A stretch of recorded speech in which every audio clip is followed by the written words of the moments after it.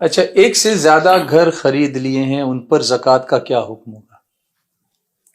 ایک سے زیادہ گھر خرید لیے جی اس میں یہ دیکھنا پڑے گا کہ کس نیت سے خریدا، جی تجارت کی نیت سے خریدا ہے جی یا کرایہ پر دینے کی نیت سے خریدا ہے جی یا اپنے اور اپنے بال بچوں کی رہائش کی نیت سے خریدا ہے. جی اس میں نیت کا بڑا دخل ہوتا ہے. جیسے بڑی فیملی ہے جی جی تو ایک فیملی چھوٹے گھر میں نہیں رہ سکتی تو 2 لے لیے، ہاں 2 لے لیے، 3 3 لے لیے، 4 لے لیے، جی فیملی کے حساب سے جی یہ ہو سکتا ہے. جی تو اگر اپنے اور اپنی فیملی کی رہائش کے لیے 1 2 4 5 مکانات لے لیے، مقصد رہائش ہے، تو وہ زکوٰۃ سے فری ہے، اس پر کوئی زکوٰۃ نہیں ہے.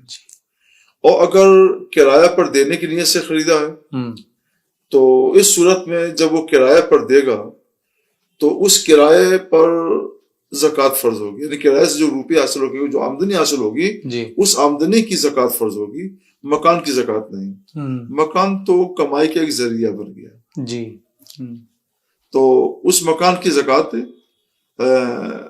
نہیں ہے. اس مکان سے جو کرایہ ملے گا اس کرایہ پر زکوٰۃ فرض ہوگی. جی اور اگر پہلی صورت ہے اس کی تجارت کے لیے خریدا ہے جی تو پورے مکان کی جو مالیت بنے گی، قیمت بنے گی، اس قیمت پر مالیت پر زکوٰۃ ہر سال فرض ہوتی جائے گی. جی جی جی یہ 3 صورتیں بنتی ہیں: تجارت کی نیت سے خریدا، کرایہ پر دینے کی نیت سے خریدا، یا رہائش کی نیت سے خریدا. جی رہائش کی نیت سے خریدا ہے تو کچھ نہیں، زکوٰۃ نہیں ہے. اور کرایہ پر دینے کی نیت سے خریدا ہے تو مکان پر زکوٰۃ نہیں ہے، لیکن مکان جو کرایہ ملے گا اس کرایہ پر زکوٰۃ ہے. جی اور تجارت کی نیت سے خریدا ہے تو خود اصل مکان پر ہی زکوٰۃ ہے. بالکل کلیئر ہو گیا. جی جی.